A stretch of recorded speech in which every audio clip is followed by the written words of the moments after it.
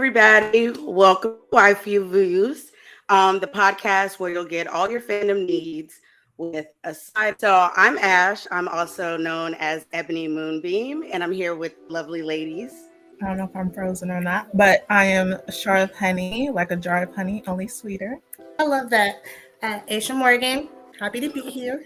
So before we get into the great show that we have for you guys, we first want to thank you for choosing us to spend time with us today on the last fun day of before your work week.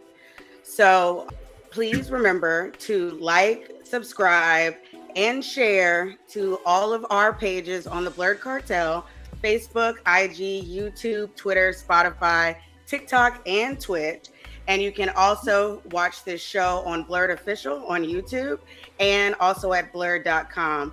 After the show, we will also give you all our personal social outlets so you can follow us there. So we have a couple of things to discuss, but I want to get straight into our anime of the week review, because I know we all have a few things to get off our chests about this show. The ladies and I chose the anime Uncle from Another World. It is a Netflix original, and it has 13 episodes and a runtime of 25 minutes. So to give you guys a quick synopsis, the show follows Takafumi taking care of his uncle who just woke up from a 17-year-old coma, where he claims that he spent this time in another world. Now, that sounds like a really interesting concept, but I think the ladies have a couple of things to tell you about this anime. Shar, would you like to kick us off? Sure. So starting off, I'll start off with my pros, okay? It was funny. There was a good amount of comedy in it. There was an okay amount of like folklore, like action kind of thing going on. Overall, I would say it was a good, kind of well-rounded anime, but it was a little slow on the everything. It was just kind of hard to get through. I fell asleep a few times. I woke up, missed a couple of episodes, and I still knew what was going on. That's my only like real gripe with it. Other than that, though, I thought that the premise and the story was really good. Just the concept of it. I love his addiction to Sega Genesis, because I too have an addiction to all things that is like, that's what I started with, really. So that's my go-to. So I did appreciate that little tidbit. But overall, I enjoyed it. I can say I really did not. I mean, I'm hoping if there's like a season 2 or anything, but like the ending kind of left me like wanting something more a little bit. But other than that, it had its pros and cons. But overall, I liked it enough. Oh, okay. So I'm glad you liked it enough. It was hard for me to get into, like you said. It's a slow burn start, and like you said, the folklore is cool. Calling him an orc, the whole thing, that was just like, wait, what? Where does this come from? That's the part that confused me. And it was giving racism, but I'm just gonna throw that out there. That's what it was really giving. But but he means well. It seems like he is as dense as all can be. I don't know it, because he seems like oblivious to the stuff he does. That's what kills me. It's so obvious, but you can't see it. Other than that, like I may have fallen asleep a little bit. I did try and push through. Char said I did laugh some, but it was a little all over the place for me. So my feeling on it, I agree with all of the points that you ladies made. I love the Sega Genesis part. As someone, especially me, I'm a little bit older than a lot of the people in some of these groups, and I guess I give away younger, but kudos to me. But I grew up with an older brother that had Sega Genesis. It was the first console that I ever played on.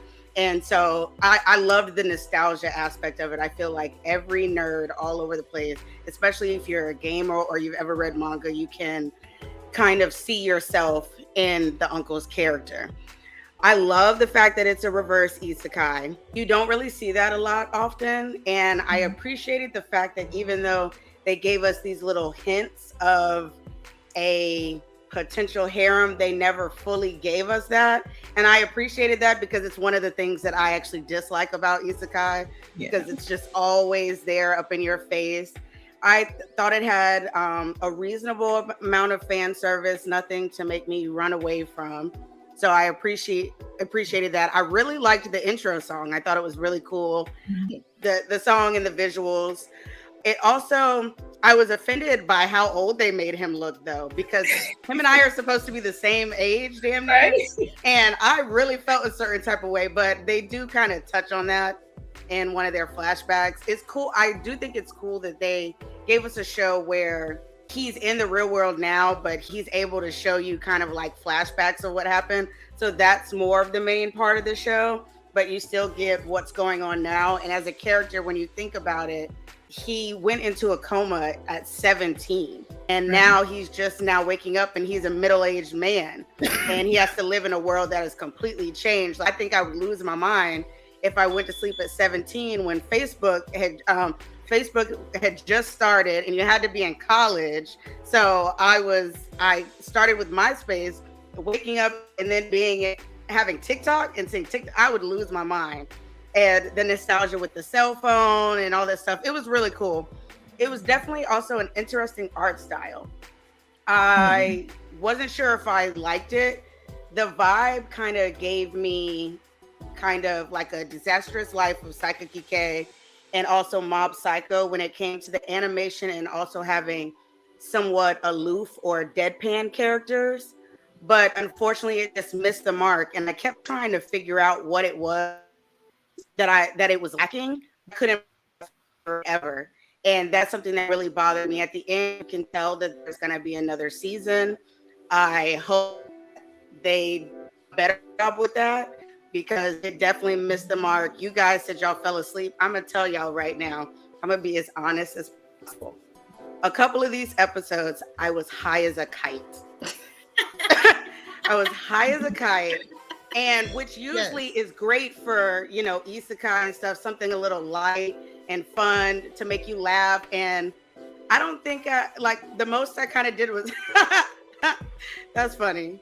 And that was about it.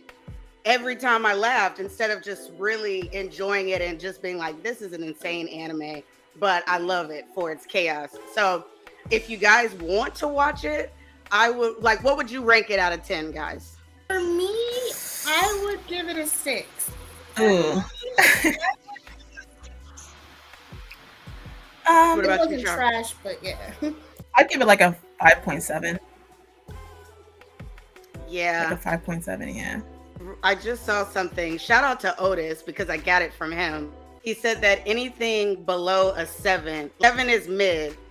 Oh no, like 6 or lower is garbage. And I would say that I would give it a 6-ish just because I feel like it has potential. I feel like the second season will be a lot better than the first one. But yeah guys, don't go watch this when you're tired. Don't. You're gonna be asleep. I'm sorry. But it may work for some people. It may work for some people. It just doesn't work for me. But so check it out. It's on Netflix. Like I said, it's 13 episodes and it is 25 minutes. So what do you got to lose? Check it out. But next up, we have an an especially sensitive topic. I know for me, but I feel like for the ladies as well. And that is gatekeeping in the community. And when I say gatekeeping, I mean nerddom as a whole. Cosplaying, anime, manga, gaming, DC versus Marvel, all of that. So we're going to get into that. I want to see what kind of experiences you guys particularly have had with gatekeeping and how you kind of maneuver around that. So my experience with gatekeeping has been more so in gaming. I'm a first-person shooter type of girl. I started on Call of Duty. That was my thing. And I ran with squads. I was cool. But running solo, especially if you have a mic, the safest route to go is not have a mic. Because if they know you're a female, You get left for dead, you get left hanging, people expose you, or you get every name in the book called to you but your given name or your gamer tag. Oh, girls can't play, you're trash, you're camping, you name it, I've heard it. And sometimes it gets too much. Like, okay, chill. I know at one point before we became a more sensitive society with what we say on the mic, I used to be reckless with my mouth because people were already vicious towards me. Right. So you'll hear suck my and everything else, especially if I get the kill. You know, you pretend to teabag somebody. I was that person. You can't just bully me. I'm tired of y'all stuff. Oh, I'm down over here. I need help getting up. Oh, it's a girl. Go. Where's your boyfriend? Go back to where you came from. I was like, what? How does that even correlate to what we're playing? So the rudeness when people know you're a female is ridiculous and uncalled for. Right. I agree. What about you, Shar? I think in general, like experiencing gatekeeping would probably be in like the cosplay community. It's not necessarily like you know, always people who look like you when it's cosplay, but it's like you can be, you know, gatekeeping happens across the board. If you're the wrong color, if you're the wrong size, if you're wrong, it could be a lot of things, right? And so I think I've experienced that in a lesser amount, I think, than like people I know have experienced, but I've experienced it nonetheless, you know what I mean? Especially if you like cosplay a character that isn't your skin tone and stuff like that. In gaming, I've experienced it also, but in the same way, like Aisha said, like guys are kind of like, you know, part of that area. So it's like you can't be like if you're better than them or anything like that. It's a very annoying kind of thing to experience. But I mean, in those two areas, I think it's very, very prevalent in nerd community, and just like in general of nerdom. Even if you're a comic fan, if you say you're a comic fan and like, I think I'm glitching again, but like they'll ask you so many questions about something maybe they don't even know of, or even anime, and saying like, hey, I watch anime, and then it's like, well, do you watch like Dragon Ball Z? And it's like, I don't watch that kind maybe, but I do watch anime. You know? So I could understand like that part and the gatekeeping that happens with those. You're not part of the community if you don't watch what they deem you should watch. Yes, definitely. Right. I actually just had my first quizzing type experience. I've been lucky enough to not have to deal with that much, but it was crazy. I was headed to a meeting and I stopped to grab something out of my bag, and I had an Akatsuki cloud bag, and this guy like ran up to me, stopped his community service, because that's what he was doing. Ran up to me, yes, girl. Ran up to me and was like, "Oh my gosh!" She was like, "Is that what I think it is? Who's your favorite character?" And I was like, And so I told him, I just threw out somebody. I don't even remember who I threw out, because I like Naruto, but it's not like my end all be all. And then he's like, "Guess my character," and I'm like, "First off, why do you think I want to sit here and play this game with you, sir?" And then he's like, "Well, I'll give you a hint." And then he's giving me all these hints and stuff. And then finally I couldn't guess it. I knew who he was talking about, but I didn't remember the name. And then he finally said it, and I was like, "God, I knew that." And he was like, "How can you say you're a fan and walking around with this?" And I said, "Do you know how long ago it was that I watched Naruto? First and foremost. Secondly, do you know how much anime I've watched since then? Secondly, third, do you remember every single character from every single anime you've ever watched? My anime list page is saying that I've completed 231 anime. And that's just what I've tagged in there." So I'm like, you think I remember everything? But I digress with that part, because that'll get me on a whole nother tangent. But cosplaying is a huge one for me, because I'm newer in it and I'm not a size 6 and I'm Black on top of that. So I just recently, maybe like a week or two ago, had this crazy experience where I posted a TikTok video in my cosplay, and it was a raven, which when you go to my page, you can see it. I'm literally in the just the typical raven costume, but I have like garter belts on and stuff. And people were in there saying it was cringy, that I was too old to be cosplaying, that I'm making young characters sexualized. Like it for literally an hour, I had to stop what I was doing at work to manage it, so it didn't turn into something else. A snowball of hate. Yes, and that's what it was for a while. But then also with the trolling on social media and stuff, it's funny because they don't realize that they're helping you with the algorithm. Even every time you post something hateful in here, you're making my content look more interesting. So thank you for the 5,000 likes that I got just from that video, because y'all were talking all that mess and stuff. So it is what it is, but it's really unfortunate. Just like I said, being Black, being bigger, being older. But one of the main gatekeeping that I feel like everybody deals with, and some people, I'm not even going to say that I am a perpetrator of it, but a lot of us that hate gatekeeping are perpetrators, and it is the sub versus dub watchers conversation. The gatekeep on that is insane. Like, why can't we just watch what we like to watch with how we want to watch it without all the stress? You sit there and you repost something and it's in the English dub and they're like, nope. I'm like, dang fam, like I do multitask every now and again. I watch sub too, golly. I'm not gonna lie, I've been a little bit guilty of that before. See? Just a little bit. Just a little bit. We're all guilty of something here or there, because I'll be quick to check somebody when their facts are wrong. I went back and forth with somebody on something from Demon Slayer the other day, and I was like, I may or may not be gatekeeping because I read this part of the manga. But with overall, just like you said, overall the community is just it's a tad bit toxic. We see it especially in the blurred groups, we see it a lot. But with toxicity, I want to use that as a segue to talk about the toxicity in Hollywood, because none of us are new to whitewashing in Hollywood.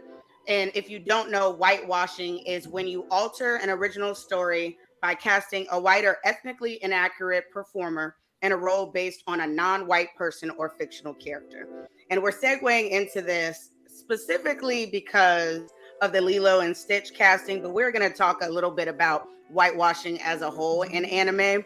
How do you guys feel currently about the way the way Hollywood is still whitewashing in 2023?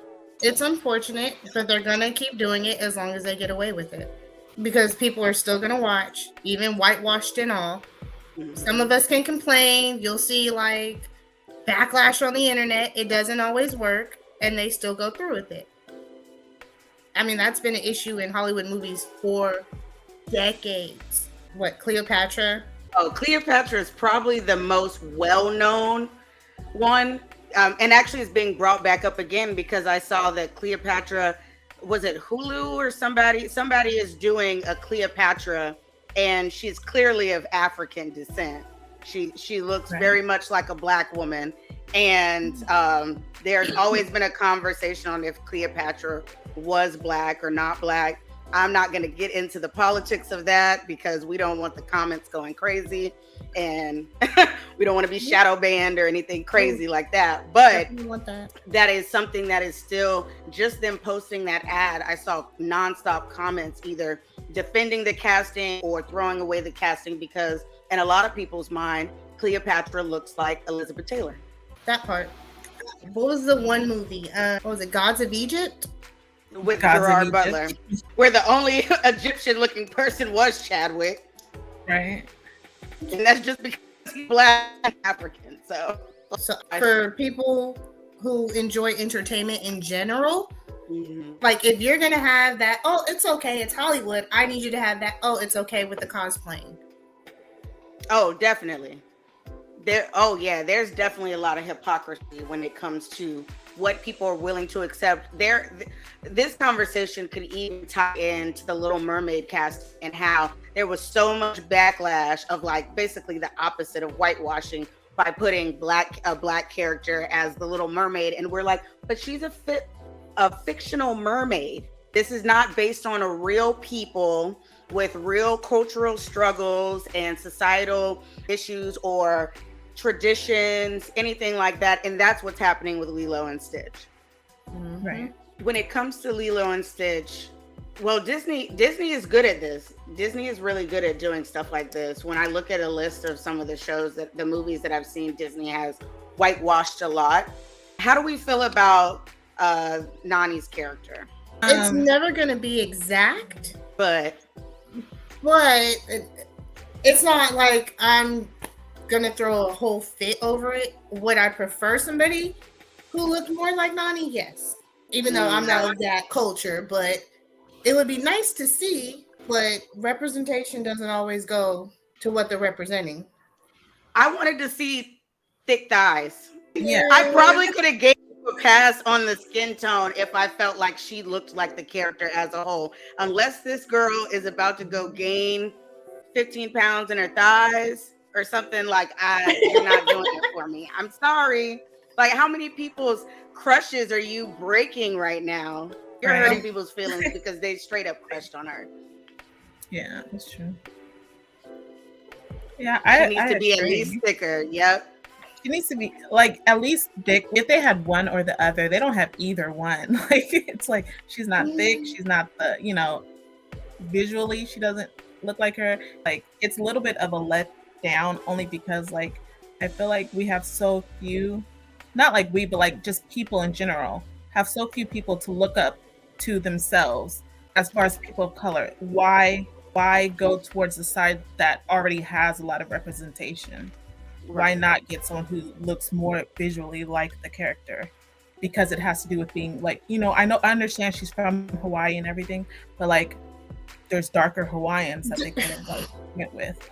I really think that the Hobbs and Shaw movie, if you didn't know that there were darker skinned Hawaiians out there, Hobbs and Shaw does it perfectly well because Dwayne Johnson has his whole family help him out and stuff. It's like nothing but them. Oh, come on.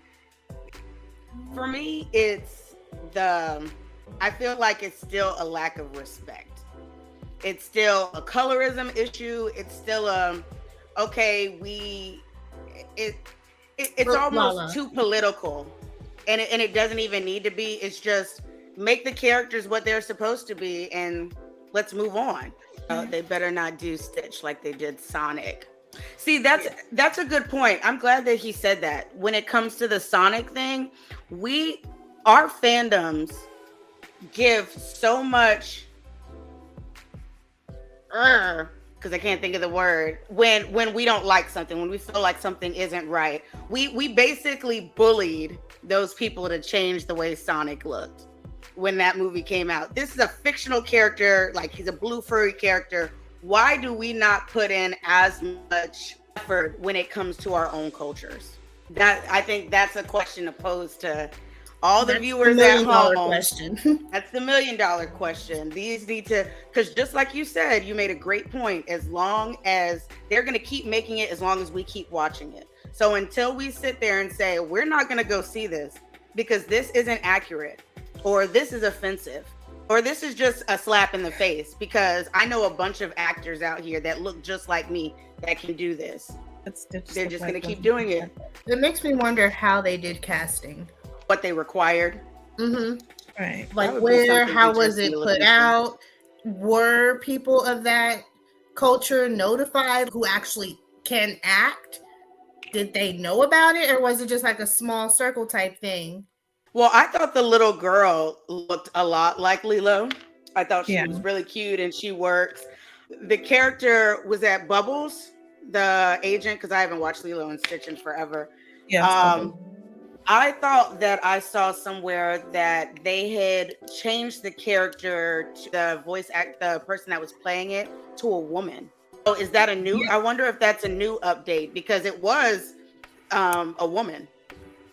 Yeah, that was early reports, but So I guess they're introducing her now as just a whole new character, and then they're adding Courtney B. Vance as Bubbles. Although I feel like what's his name, Ving Rhames, wasn't he the voice actor?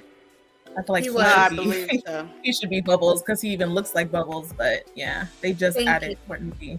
So with that, I just want to list a couple of examples before I get into him, because we are definitely going to talk about the casting of him in a moment. I just wanted to list some of the major things that kind of stood out when it came to whitewashing. So I know it was a big thing in 2016 with Doctor Strange, where Tilda Swinton played the Ancient One, which was obviously of Asian descent. 2013's Lone Ranger with Johnny Depp. We already know he was supposed to be Native American, and that's why that movie flopped. And guess who produced that? Disney. Aloha with Emma Stone. Her character was supposed to be Hawaiian and Chinese. Just like you said, Gods of Egypt, Prince of Persia with Jake Gyllenhaal. Ghost in the Shell's a big one. People did not like that Scarlett Johansson got that role. I don't remember how well that movie did, but the one when I was researching this that really stood out and shocked me that I didn't know was the 2008 movie Wanted with Angelina Jolie, that her character was actually Black in the comics. And not only was she Black, but that character in the comics was inspired by Halle Berry, a Black woman that is still very much in Hollywood. Wow. Yeah. Wow, I didn't know that.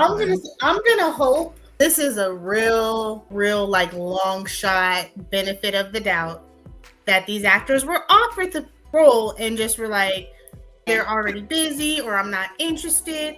But again, long shot benefit of the doubt for that. I don't know.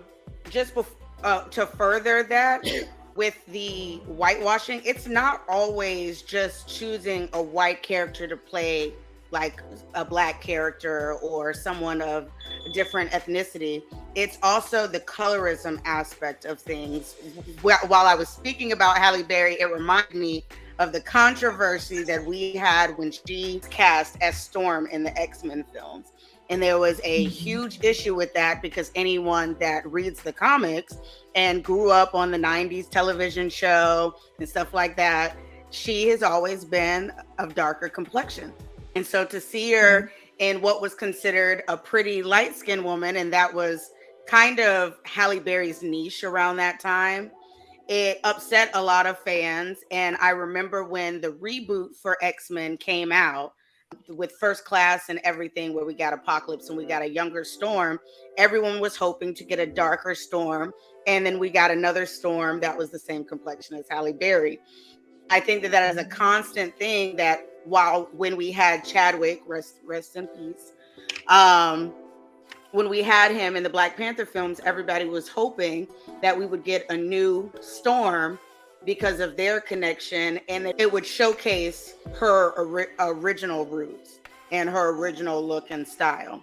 So hopefully we can still get that, but now that Black Panther is obviously moving on to different branches when it comes to their story, we may not see it, but it would have been nice to see, because I'm a brown skinned girl. I like to see people that look like me too. You know, don't let this bright light fool you. I'm chocolate, okay? I'm chocolate. But getting back to Lilo and Stitch in particular, the what is his name again? I didn't forget his name. What's the male character's name? Y'all remember? No, just the character's name. What, David? David. Thank you. Kahia Mikado. Oh. Yeah, I can't pronounce that. I don't even want to butcher it.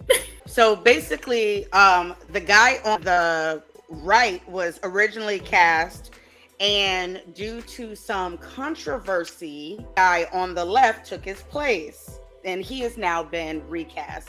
Now, the story that I read briefly was that it had to do with, once they vetted him, they found some racist remarks somewhere on one of his social media platforms, and that's why he was replaced.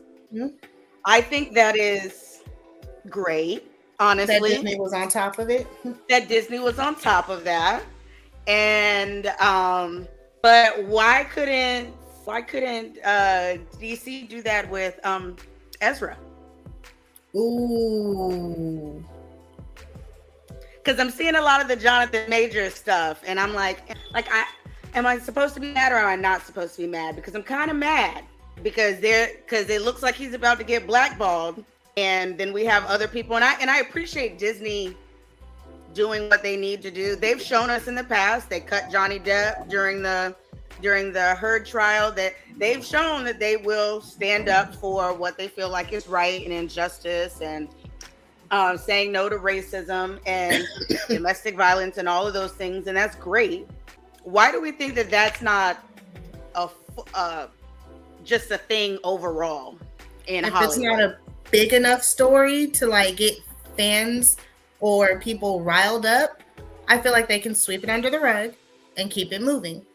Because we don't always hear about Disney making the right choice. This True. guy happened to have, and like they say, once it's on the internet, it's there forever. Clearly, he had to pay the price. He used words he shouldn't have used, and you may feel sorry now, but again, that's going to live on forever. Correct. So you have to pay the consequences on that. Johnny Depp, I'm glad he won his case or whatever, just how that let the chips fall where they may. It may have been a little premature, but it was bad press dealing with domestic violence. True. I pray that Majors isn't involved in all this, and it's more so, like you said, an attempt to like blackball him. But again, bad press, domestic violence. So if the story's big enough, they'll hop on it because that's where the money is. If we have an issue with it, enough of us have an issue with it, then Disney's going to have an issue with it. Right. So it says that they found on his Spotify account that it mentioned racial slurs, and I saw the screenshot. I'm not gonna obviously repeat it, but it involved the N-word, and as the title for one of his playlists. Do we feel like, so this guy is young, he's very young. Do we feel like actors and actresses be held accountable to this degree for things that they did in the past, especially something like this where he's younger, or even someone that's older that did something? You know, they go back and find tweets from celebrities from 2012 and like in 2023 the world is different now. And whether we want to admit it or not, some things weren't considered a bad thing per se to as many people as it is now. Mm-hmm. I definitely agree with you on that one. I think because he is so young, and the way that they did it is best because he's had so little time to necessarily grow. And seeing as this is a movie that is already receiving backlash on like colorism, him talking about people of darker skin tone would have been an extremely bad look on top of what all the controversy that's already happening with it. So I think it was a smart move in this circumstance because kind of like it would have caused problems, I think, through the whole production and, you know, money talks. And so I think it was a good move for them to replace him. As far as it happening throughout Hollywood, I think it definitely is a pick and choose kind of thing. Sometimes like they pick and choose who will accept them for this, or they were young or whatever, but not everyone gets that same grace. And I feel like that happens in the real world as well. So it's kind of like Hollywood is no different in that aspect. Right. True. So are we looking forward to the Lilo and Stitch? I personally dislike live action remakes of my favorite Disney movies. Beyonce, please don't kill me. But Beyonce did not need to be Nala. She did not need to be Nala. They didn't need to do it, period. Like when I enjoyed it. I wasn't a huge fan of original songs, but for the most part, they kept the whole story, kept the whole track. Same way, they only tweaked a handful of things. I can honestly say I would have walked out of it if it wasn't for the fact that I had went to that movie with my dad. But I kept leaning over and was like, I'm so freaking pissed because my favorite song is Be Prepared by Star. And I felt a certain type of way. I was like, where is it? Where is it? And wait, they didn't even do it? No, they didn't do it at all. That's what it was. They didn't do it at all. I don't think they did it at all. I'm gonna be honest, I didn't watch it. I couldn't get into it. I mean, I did fall asleep during I fell asleep when Beyonce was talking, and then I woke up to her singing, and 5 minutes later I fell back asleep for a little bit. But and I'm doing this all while working on getting my tickets. to see her in concert, but golly. No, in concert, yes, but in the movie, no. They could have kept that. And so because they continuously do that and they change things around, I don't know how it would be with Lilo and Stitch because that was past my kid era or whatever of movies. So I could probably say I watched Lilo and Stitch once, maybe twice growing up. So it doesn't really matter to me. That's probably a movie that I'm just gonna hope ends up on HBO Max or something, and then I just watch it. But are you guys gonna watch it? Are you interested to see it? Or is it a no for you unless you get a thick nani? What is it? I won't be seeing it in theaters now. If it's a Disney Plus thing, I might check it out. Oh, I'm here for Disney Plus. But actually, in the theaters, no. Mm-mm. Yeah, no. I feel the same. Yeah, I'll wait for it to hit. We feel you, Lala. Definitely a no. So before we wrap up, because we're actually through with our main topics, but I just watched the last episode of Demon Slayer, and I just want to talk about how great. I was really worried about this season of anime. It started off really slow to me, but Hell's Paradise, which I saw last week, was number 3 anime of the week, and it only went down because was it Demon Slayer that came back? It was something that took its place. But have you guys checked out Hell's Paradise? No, it was number 1. Have you guys checked it out yet?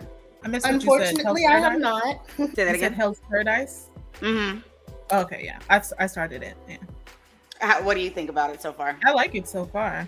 I really like it. I like it. You can definitely tell that Mappa is trying to go in a similar direction with this as Chainsaw Man, but I feel like it's going to be better. Ooh. Just based off of what I'm seeing, I feel like if it even just keeps up the pace with the first 3 episodes, then we're going to get a better anime out of this than Chainsaw Man, and that says a lot. Also on that list was Demon Slayer at number 5. Konosuba's back at number 8. Is there any anime that you're really excited for this year that hasn't come back yet, or that hasn't started yet? That hasn't started yet? Mm-hmm. Not yet. Hell's Paradise is what I'm on right now. I also have My Home Hero I've been watching. I like that so far. What platform is that on? Where can you find that at? Fire Force is a good one. Yes. I think it's on. Yes, I am really excited about Fire Force. Obviously, I'm excited for Jujutsu Kaisen. Oh, that's good. Yep. Yeah, so I'm excited about that. I can't wait for Fire Force because I know what's coming and I'm ready. Attack on Titan gave me their little teaser. They play with my top low key, but I'm gonna let them be great because I'm a ride or die. But they could have gave me a little bit more than that. And I keep hearing about Solo Leveling. I haven't read the manga, but I hear it's supposed to be really good. So that may be the manga that I'm going to get into next. Because I try and bounce around, but when I get to a part where I feel like looks like it's going to be really good, then I stop because I want to see it animated first. So I don't spoil it for myself. So I'm a really wishy-washy manga reader. I feel it. So finding the time to get started. Yeah, just sitting still in that amount of time, I could have been watching an anime and getting it out of the way. Because right now I'm on One Piece. Good luck with that one. Oh, she got the shirt. Hey, gang, gang. So I'm gonna be honest. I was a little shit talker when it came to One Piece. Not in the way where I was like trash or anything, because I don't speak on things that I don't know about. But I used to just mess with people. People would be like, One Piece. I'm like, ain't nobody starting that mess. And blah blah blah blah. And then I finally was like, okay, I'm gonna start it. I swear to you, for those first 12 episodes or so, I was on them episodes for like 5 months. I just had to keep restarting them because I would stop and then I would come back like a week later and I wouldn't remember what happened, and so I got to rewatch it again and stuff. And that was worse. And I Googled, when is it supposed to get good? And the internet as well as the people in the fandom were like around 3 before it gets decent. Before it picks up The fans. let me, your girl right here is because I've been binge watching it like a crazy. I think I had 100 episodes in a month and a half or something like that. It was crazy, but now I'm in a good place. But I'm trying to catch up to y'all with the pacing. Why is the pacing like that? I love the show. I even enjoy the fillers, but why is the pacing like that? It's a love-hate relationship. Inquiring minds want to know. It's a love-hate relationship. That's all I can give you. I feel that though, but I can say that when you watch other things now, unless it's really, really good, Luffy gonna be shifting gears like a damn supercar after the end. Facts though. One thing I can say is now I truly appreciate what everybody likes about it, because now I guess I'm finally like at that point where I see what everyone likes. And when I'm watching other things, unless it's me just watching a new episode of like whatever is currently out this season, watching other things, I'm like, no, I gotta watch One Piece. No, I gotta watch One Piece. If I stopped watching Uncle from Another World and was like, nah, like this, I can't do this right now. And then I switched to One Piece. And then last night I still had one more episode that was dragging on for like 2 days. I was like, I'm gonna watch this last episode. Y'all, no lie, I watched it this morning. I'm 60 episodes in on One Piece, and this man on episode 4 of Great. Oh, I know what she's talking about. Oh, their deal. That is so funny. She made a deal with her boyfriend that she'll watch One Piece if he watches Grey's Anatomy. Yeah. And I told her that she was gonna get tired of One Piece way before he got tired of Grey's Anatomy, because it takes so long to get into the fun stuff, the real fun stuff. Once you're locked in. Oh yeah, once you're locked in, it's over. Really, Oda is the smartest mangaka on the face of this planet. And let me tell you why. This man is Apple. That's what he is. He's Apple. He gets you with one device. He gets you with one thing, and then you're invested. Nobody is going to.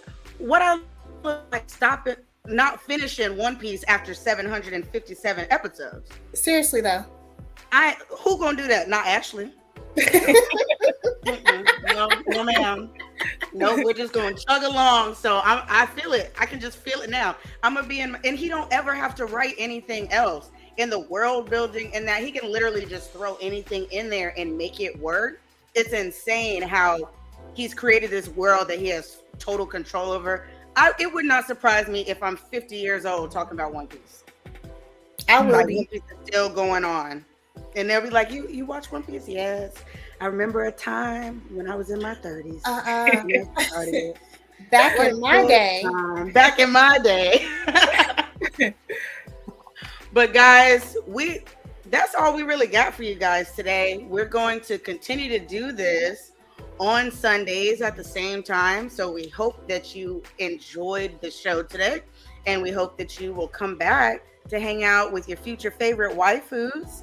So everybody, share who you are again and where they can find you. I am ACharOfHoney, like Jar of Honey, only sweeter. You can find me at ACharOfHoney on all platforms: Twitter, Twitch, TikTok, Instagram, Facebook, all that jazz. All right. I am Aisha Morgan on Facebook. As far as Instagram, TikTok, everything else, it should be educated_angel. And I am Ashley, also known as Ebony Moonbeam. And you can find me on just about every platform as well as Ebony Moonbeam or just Ebony Moonbeam. And you can find my Facebook like page. You can find me on Twitch and TikTok. Go follow my TikTok and like my videos, y'all. I'm trying to be a cool cosplayer. Also, yeah, I think that's it. And also, do not forget to like, subscribe, and share and follow the Blurred Cartel on all major streaming platforms. That's Facebook, IG, YouTube, Twitter, Spotify, TikTok, and Twitch. And you can find them on YouTube at Blurred Official, or you can watch this podcast as well as all the other podcasts on Blurred Cartel at blurred.com. So thank you again, and we'll see you next week. Bye. Much love.